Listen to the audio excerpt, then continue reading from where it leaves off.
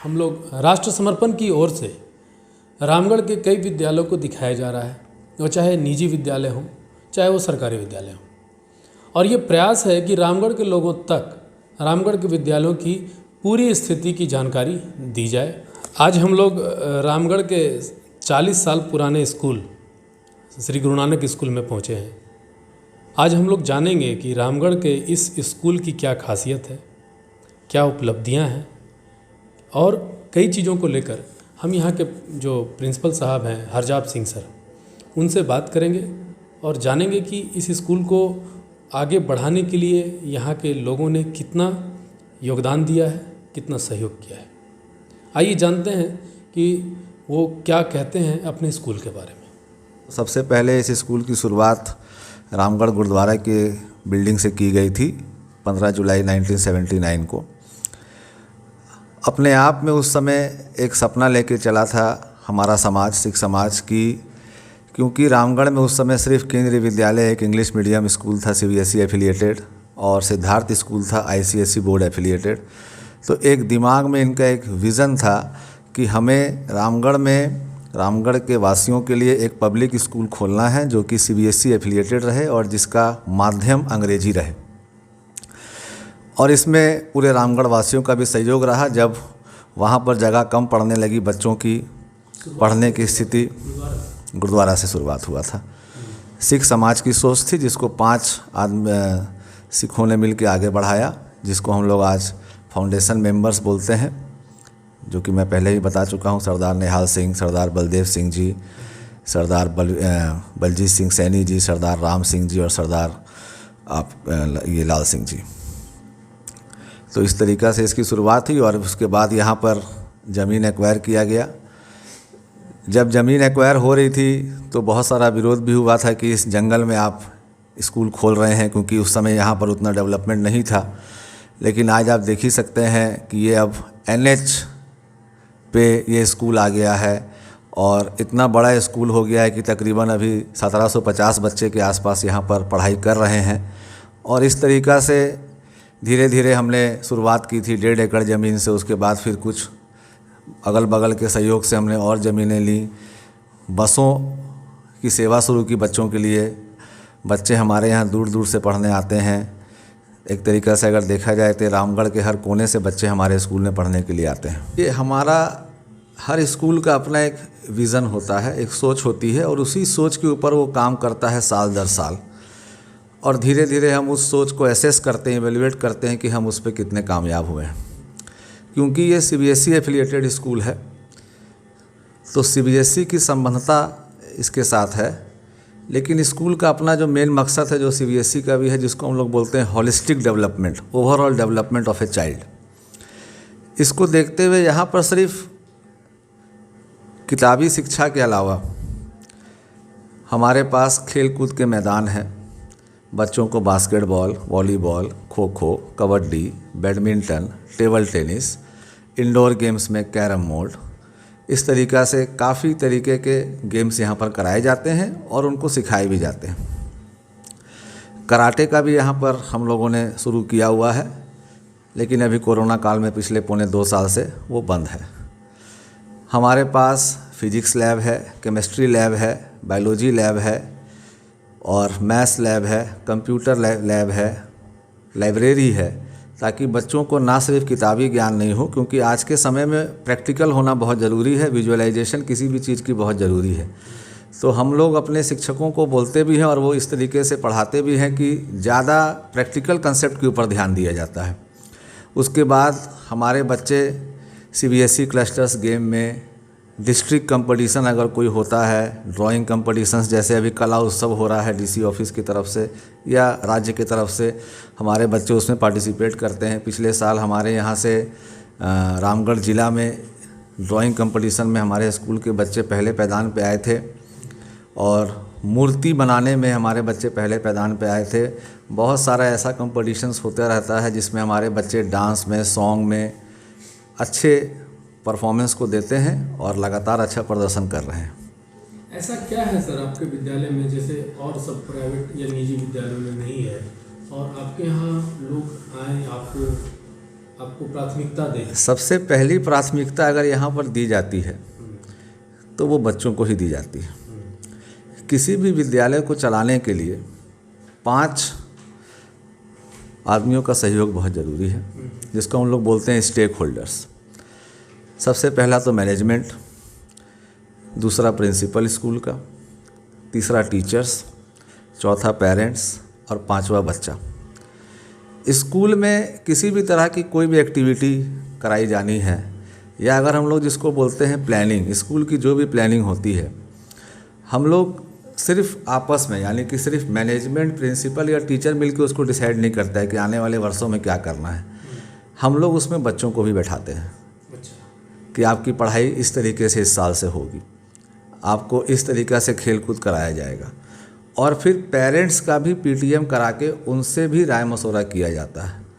यानी कि अगर आप इस स्कूल का यूएसपी बोलेंगे, जिसको हम लोग बोलते हैं यूनिक सेलिंग प्रीपोजिशन, तो पेरेंट्स का इन्वॉल्वमेंट हम बहुत ज़्यादा रखते हैं, क्योंकि बच्चे के 2 हाथ होते हैं।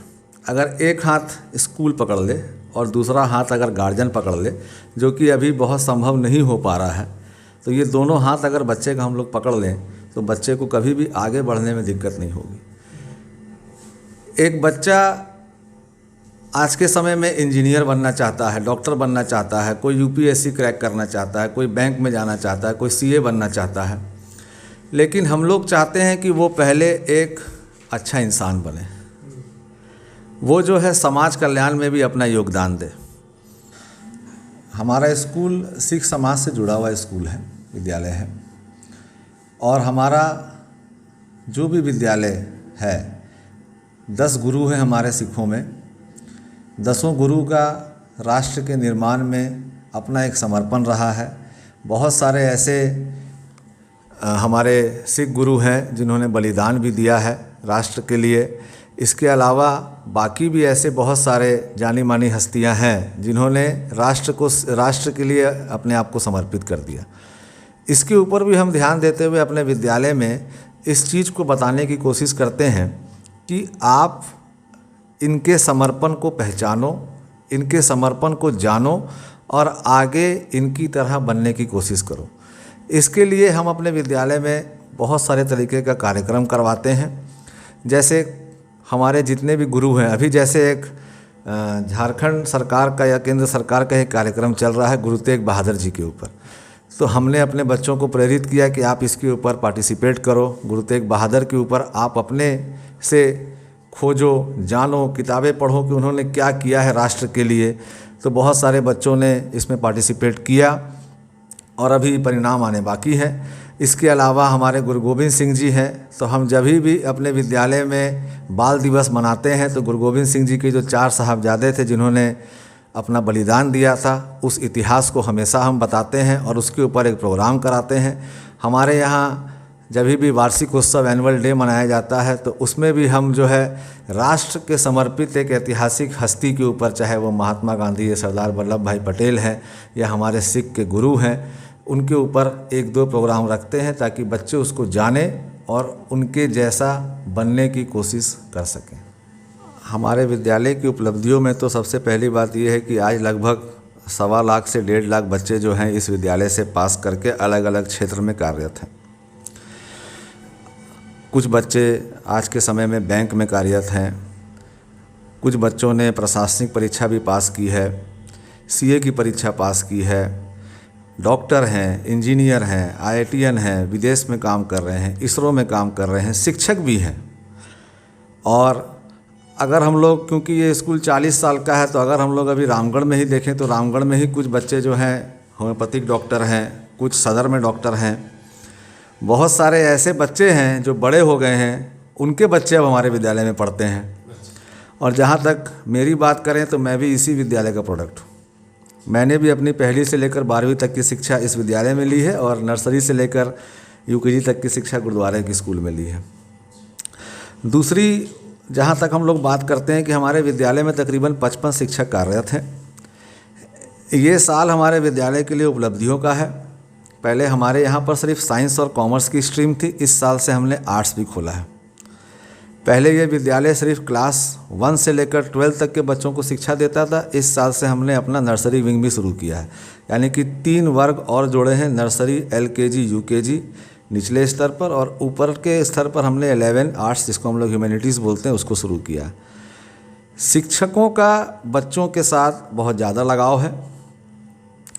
कभी भी PTM होता है तो ऐसा कोई PTM खाली नहीं गया जिस दिन हमारे पास गार्जियन आके ये नहीं बोले हैं कि आपके टीचर बहुत अच्छा पढ़ाते हैं, बहुत अच्छा समझाते हैं, गुस्सा नहीं करते हैं। क्योंकि छोटों बच्चों पे हमने एक क्लास में हमेशा 2 टीचर को दे के रखा है। नर्सरी की क्लास चलती है, एक टीचर पढ़ाते हैं क्योंकि अभी उनकी ऑनलाइन क्लास है, और एक टीचर जो है बच्चों की एक्टिविटी को देखते रहती है, कौन क्या कर रहा है, क्या नहीं कर रहा। पढ़ाते समय, जैसे अभी ऑनलाइन क्लास जब चलता है तो पढ़ाते समय टीचर बोलती है कि साउंड ऑफ रखिए, म्यूट रखिए, बच्चे ऑन कर देते हैं, आवाज़ें आने लगती हैं, तो लेकिन उसमें भी कोई झल्लाता नहीं है। तो इस तरह से पेरेंट्स के सहयोग और बच्चों को पढ़ाने में जो शिक्षक के पास जो कला चाहिए, उसमें हमारे शिक्षक पूरी तरीक़ा से निपुण हैं। सर, आप खुद इस विद्यालय के विद्यार्थी रहे, जैसा आपने बताया जी। उस वक्त में और आज में आप खुद इस विद्यालय के प्रिंसिपल हैं, प्रधानाचार्य। हाँ। तो उस समय जो कुछ कमियां रही होंगी, आप उनको कैसे दूर कर पा रहे हैं? मैं इस विद्यालय में पढ़ा करता था और आज इस विद्यालय के प्रिंसिपल के नाते इस विद्यालय को संभाल रहा हूँ। उस समय जो भी कमियां इस विद्यालय में थीं, उसको आज के समय में हम पूरी करने की कोशिश कर रहे हैं।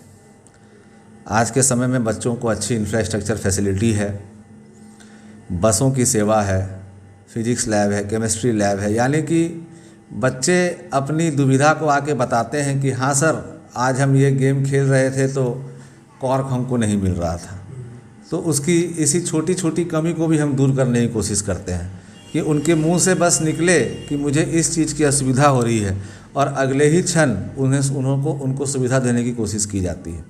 क्योंकि अगर सुविधा अनुसार अगर उनको पढ़ाएंगे तो वो भी अपना एक अपनापन महसूस करेंगे इस विद्यालय के साथ, और उनको लगेगा कि हाँ, अगर हमारे डिमांड्स पूरी होती हैं तो हमें भी इस समाज के लिए, इस विद्यालय के लिए, अपने परिवार के लिए, माता पिता के लिए कुछ करके दिखाना है। आपके विद्यालय और आपके बच्चे रामगढ़ के सामाजिक कार्यों में कैसे सहयोग करते हैं? हमारे स्कूल के बच्चे हमेशा स्वच्छता पखवाड़ा जो सितंबर में मनाया जाता है भारत सरकार के द्वारा, उसका इंतज़ार नहीं करते। शिक्षकों का एक टीम बेस्ड है, जिनको देखना होता है कि समाज में किस जगह किस चीज़ की ज़रूरत है। कभी भी हम अपने बच्चों के साथ किसी भी ऐसे जगह में चले जाते हैं जहाँ पर काफ़ी समय से सफाई नहीं हुई, उस जगह को हम साफ़ करके उस जगह में रहने वाले जितने भी आदमी होते हैं, औरतें होती हैं, उनको एक संदेश देते हैं कि सफाई का क्या महत्व है। ऐसा जिसको हम लोग बोलते हैं अंडर प्रिविलेज क्लास, जैसे अभी हमने हमारे जो पोषण माह हुआ था, इसमें हमारे बच्चों ने अंडर प्रिविलेज क्लासेस को जाके अच्छा न्यूट्रिशनल फूड खिलाया और उनको बताया कि हाँ भाई, आप इसको खाया करो, इससे आपको सेहत जो है बनेगा। जगह जगह इस तरह के प्रोग्राम, दिवाली हो, दशहरा हो, होली हो, हर समय हम अपने बच्चों को किसी ऐसी जगह भेजते हैं जहां पर वो समाज कल्याण के संदेश को पहुंचा सकें और हमारे स्कूल के नाम को, अपने परिवार के नाम को ऊंचा कर सकें। हमारे स्कूल में निरंतर हर माह, हर हफ्ते कुछ ना कुछ कल्चरल एक्टिविटी हर क्लास के हिसाब से चलती रहती है। और हमारे स्कूल में 4 हाउसेज़ हैं, Sahibzada Ajit Singh house, Sahibzada Jujhar Singh house, Sahibzada Zorawar Singh house, Sahibzada Fateh Singh house. ये हमारे 10वें गुरु गोविंद सिंह जी के 4 पुत्रों के नाम पे हमने अपने स्कूल के 4 सदन रखे हैं। इनका अपना एक कंपटीशंस होते रहता है, चाहे वो गेम्स एंड स्पोर्ट्स से रिलेटेड हो, कल्चरल एक्टिविटी जैसे डांस, सॉन्ग, ड्राइंग्स और डिबेट, एसे राइटिंग, कैलियोग्राफी, इस तरीक़ा के बहुत सारे कंपटीशन होते रहते हैं। हमारे बच्चे ना सिर्फ स्कूल में बल्कि बाहर भी किसी भी तरीक़ा के जो भी हमारे कला से संबंधित कार्यक्रम होते हैं उसमें अच्छा प्रदर्शन करके आते हैं। हम लोग अपने बच्चों को कंपटीशन करने नहीं बोलते हैं, हम लोग अपने बच्चों को ये बोलते हैं कि आप पार्टिसिपेट करो। पार्टिसिपेट करने से हमको उनके अंदर एक ट्रेड दिखता है, क्योंकि आज के डेट में आप ये नहीं बोल सकते हैं कि अगर किसी बच्चे ने 12वीं में 99% अंक ले आया तो वो इंजीनियर बन ही जाएगा।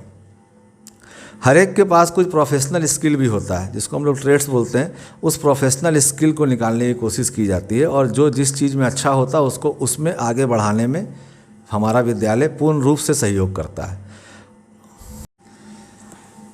सुरक्षा के दृष्टिकोण से हमारा विद्यालय पूर्णतः सीसीटीवी कैप्चर्ड है। विद्यालय में ऐसा कोई भी ब्लाइंड स्पॉट नहीं है जिसको हम लोग बोल सकते हैं कि जहाँ पर सीसीटीवी की नज़र नहीं है। सुरक्षा विद्यालय के अंदर तो है ही, बच्चों को भी हम लोग सुरक्षा देने के लिए तरह तरह के प्रोग्राम का आयोजन करते हैं। जैसे खासकर लड़कियों के ऊपर ज़्यादा ध्यान दिया जाता है, जिनकी काउंसलिंग की जाती है। उनको बताया जाता है कि गुड टच क्या है, बैड टच क्या है, आपको किसके साथ आना है स्कूल, किसके साथ जाना है, किन बातों को अपनी माता पिता से शेयर करना है, किन बातों को अपने टीचर से शेयर करना है। और इसके अलावा उन्हें शारीरिक शिक्षा भी दी जाती है ताकि वो मजबूत हों और अपनी सुरक्षा स्वयं कर सकें। सिर्फ अपने आप की सुरक्षा करना सफिशिएंट नहीं है।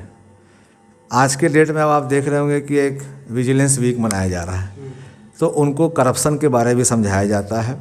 उनको बोला जाता है कि आप अपने सराउंडिंग्स पे हमेशा नज़र रखो, keep your surroundings in view. Sir झुका के नहीं चलो, सर उठा के चलो, ताकि आपको पता चले कि आपके अगल बगल क्या हो रहा है, ताकि किसी भी तरीक़ा का इलीगल अनलॉफुल एक्टिविटी से आप बच सकें। आप लोगों ने कोरोना काल को कैसे पार किया, या उसमें क्या मुश्किलें क्या क्या आ गई हैं? जहाँ तक कोरोना काल का समय है, जो कि अभी भी एक तरीके से चल ही रहा है, ये ऐसा समय है जो कि किसी ने नहीं देखा होगा। लॉकडाउन नाम का जो शब्द चला, ये 22 मार्च 2020 से लेकर अभी तक ये शब्द प्रचलन में है ही। अभी स्थिति कुछ ठीक है, लेकिन भविष्य फिर क्या होगा ये कहना बहुत मुश्किल है। 22 मार्च 2020 को भारत सरकार ने लॉकडाउन का अनाउंसमेंट किया था। संयोगवश उस समय तक हमारे सभी तरीके के वार्षिक परीक्षाएं ख़त्म हो चुकी थी, और तकरीबन 16 मार्च से हमारी नए सेशन की क्लासें चल रही थी। 22 मार्च 2020 को जब लॉकडाउन हुआ तो पहले तो हमें 6-7 दिन लगे कि पता नहीं हम बच्चों को कैसे पढ़ा पाएंगे, आगे की स्थिति क्या रहेगी। लेकिन मैं अपने आप में बोलते हुए इस चीज़ में बहुत फ़ख्र महसूस करता हूँ कि हमने अपने बच्चों की क्लासें 2 अप्रैल से ही ऑनलाइन शुरू कर दी थी। गुरु नानक स्कूल अपने आप में पहला स्कूल था रामगढ़ डिस्ट्रिक्ट में जिसने अपने आप में पहले ही ऑनलाइन क्लासेस शुरू कर दी थी। हाँ, ऑनलाइन क्लासेस शुरू करने से बात नहीं बनती है। ऑनलाइन क्लासेस शिक्षकों के लिए भी नई चीज़ थी, बच्चों के लिए भी नई चीज़ थी, और ख़ासकर उस गंभीर व्यवस्था में जिसको हम लोग बोलते हैं कि गंभीर आर्थिक संकट से जो पूरा समाज जूझ रहा था, चाहे वो स्कूल है, चाहे वो अभिभावक है, उस समय उनको इस चीज़ के लिए तैयार करना कि आप जो है बच्चों को तैयार कराइए और ऑनलाइन क्लास करवाइए। ऑनलाइन क्लास कराने के लिए हमने पहले अपने शिक्षकों को ट्रेनिंग दी, और इसमें हमारे पास एक सॉफ्टवेयर है जो कि हमने 2018 में लगाया था। उसका भी हमें बहुत लाभ मिला, क्योंकि उस सॉफ्टवेयर को इंस्टॉल करने के लिए तकरीबन बहुत सारे बच्चों के पास स्मार्टफोन था, क्योंकि हमारे यहाँ पर हर तबके के बच्चे पढ़ते हैं, तो बहुतों के पास स्मार्टफोन भी नहीं था। सबसे बड़ी समस्या ये थी कि आप अगर ऑनलाइन क्लास शुरू कर लेते हो तो जिनके पास स्मार्टफोन नहीं है वो कैसे पढ़ाई करेंगे। तो किसी तरीके से हमने जिनके पास स्मार्टफोन था उनको कन्विंस किया फ़ोन से, SMS से कि इस दिन से ये क्लासेस शुरू होंगी। उनकी ट्रेनिंग दी गई। एक व्हाट्सएप ग्रुप बनाया गया जो कि हमारे पास पहले से ही चल रहा था, जिसमें हम लोग अपने स्कूल का पूरा एक लॉग बुक जिसमें क्लास वर्क होमवर्क होता उसकी फ़ोटो जाती थी। सहयोगवश उस समय जो कुछ स्थिति थी हमारे फेवर में थी। बहुत सारे स्कूलों ने कोरोना काल में बनाया व्हाट्सएप ग्रुप, हमने पहले से बना के रखा हुआ था। बहुत सारे स्कूलों में उस समय वार्षिक परीक्षाएँ भी नहीं हुई थी, हमने ले ली थी। बच्चे के पास किताबें थी, उनको पता था कि क्या पढ़ना है और क्या नहीं पढ़ना है। तो व्हाट्सएप ग्रुप था, व्हाट्सएप ग्रुप के माध्यम से हमने वीडियो भेज के ऑनलाइन क्लास की ट्रेनिंग दी। और पेरेंट्स को भी हम धन्यवाद करना चाहेंगे कि उन्होंने भी इसका भरपूर सहयोग दिया, क्योंकि कोई भी नई चीज़ को अपनाने में सब अच्छा समझते हैं कि एक बार करके देखते हैं। इस तरीक़ा से हमने ऑनलाइन क्लासेस शुरू की। अब उस समय हमारे पास समस्या थी, आर्थिक संकट हर जगह गहराया हुआ था। हमें भी अपने शिक्षकों को वेतन देना था, जो कि ये एक एनपीओ है। सभी जानते हैं कि एनपीओ का मकसद होता है कि बच्चे देते हैं, वही हम लोग आगे फिर बढ़ाते हैं और उसमें से कुछ पैसा डेवलपमेंट के लिए रख लेते हैं। तो इस तरीक़ा से हम लोगों ने गार्जियन को कन्विंस किया और मैक्सिमम गार्जियन जो है अपने ही आके यहाँ पर पेमेंट करते थे फीस, उनको बोलना नहीं पड़ता था। लेकिन हाँ, वो भी असमंजस में थे क्योंकि बाहर निकलना मना था, लॉकडाउन लगातार चल रहा था और हमने भी किसी भी गार्जियन को आज तक के समय में प्रेशराइज नहीं किया, क्योंकि हमारे यहाँ किसी का पिताजी ऑटो चलाते हैं, किसी का ठेला खोमचा है, कोई किसी कपड़े दुकान में काम करता है, तो सब जगह बंदी है। तो हम लोगों ने, कोई बस कंडक्टर है, तो हमने खाली एक ही चीज़ कहा था कि अगर आपको कोई समस्या है तो आप आके बात करिए। तो जिन जिन अभिभावकों ने आके बात की उनको हमने समय दिया और अभी भी बहुत सारा जो हमारा बैकलॉग चल रहा है वो धीरे धीरे आते हैं, जमा करते हैं। बच्चे आज तक पढ़ रहे हैं और आगे बढ़ रहे हैं। इसमें हम लोग मैनेजमेंट का भी धन्यवाद देना चाहेंगे, क्योंकि ये एक सिख समाज का स्कूल है। उस समय हमारा सिख समाज जो है पूरे विश्व में लंगर की सेवा कर रहा था और मैनेजमेंट का भी ये कहना था कि पहले कल्याण की ओर देखो, पैसे की ओर मत देखो। जहाँ तक हो सकेगा हम लोग भी देखेंगे और सहयोग करेंगे। तो इस तरीक़ा से सभी को आगे बढ़ते गए और जिन जिन गार्जियन ने, जिन जिन बच्चों ने अच्छा परफॉर्मेंस दिया, जनवरी 2021 को हम लोगों ने उन्हें बाकायदा 26 जनवरी को बुला के सम्मानित भी किया। बहुत सारे ऐसे गार्जियन थे जो हमें सुझाव देते थे फ़ोन पे, क्योंकि हमारे पास एक, हमने बोला ना कि हम गार्जियन का इन्वॉल्वमेंट बहुत ज़्यादा चाहते हैं, डायरेक्ट कांटेक्ट में रहते हैं। तो यहाँ पर बहुत सारे गार्जियन हैं जो अपना सुझाव देते हैं। हम लोग फिर उसमें हर साल बेस्ट जो सुझाव हमें आते हैं, जिसको हम लोग इम्प्लीमेंट करते हैं, उसको हर 26 जनवरी को सम्मानित भी करते हैं। ये पिछले 3 साल से हम लोग कर रहे हैं। तो उस चीज़ को देखते हुए बाकी गार्जियन को भी प्रोत्साहन मिलता था और बहुत सारे अच्छे सुझाव हमें आए और इस तरीक़ा से गार्जियन के सहयोग से ही ये स्कूल उस कोरोना काल को सफलतापूर्वक पार कर पाया। मेरा नाम इंद्रपाल सिंह सैनी, मैं गुरु नानक पब्लिक स्कूल का चेयरमैन हूँ। मुझे हमारे प्रधान रविंदर सिंह गांधी ने चेयरमैन बनाया। जब रविंदर सिंह गांधी गुरुद्वारे के प्रधान बने, वो 2012 में बने, तब से हम स्कूल को देख कर रहे हैं। मैनेजमेंट का काम है स्कूल की गतिविधियां देखना और हम लोग इसमें पढ़ाई के डिपार्टमेंट हम लोग को इंटरफेरेंस नहीं करते।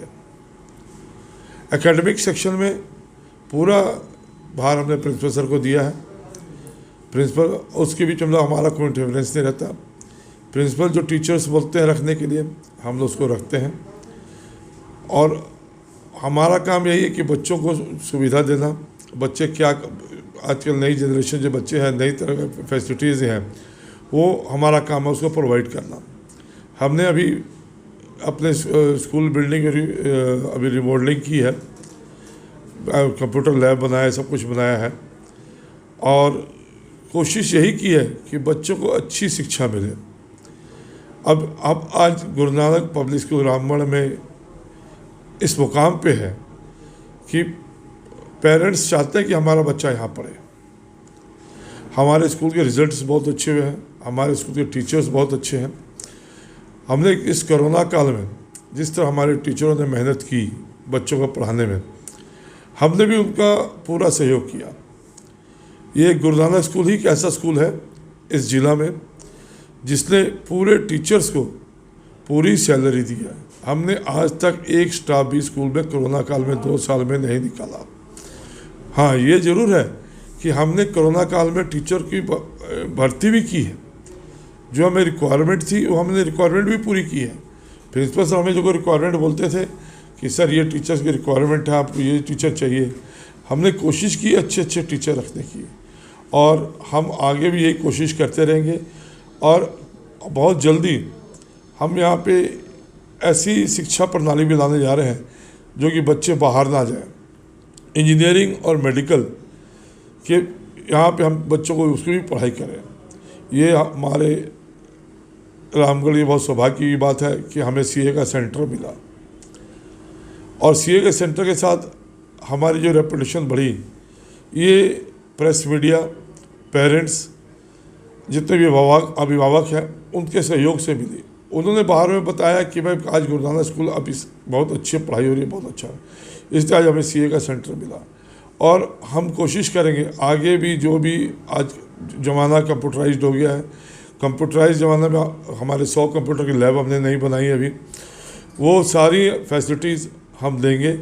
और हम कोशिश करेंगे आने वाले जो जेईई एग्ज़ाम है उसको भी यहाँ रामगढ़ में कंडक्ट करने के लिए, ताकि रामगढ़ के जो बच्चे हैं उनको बाहर जाने से परेशानी ना हो।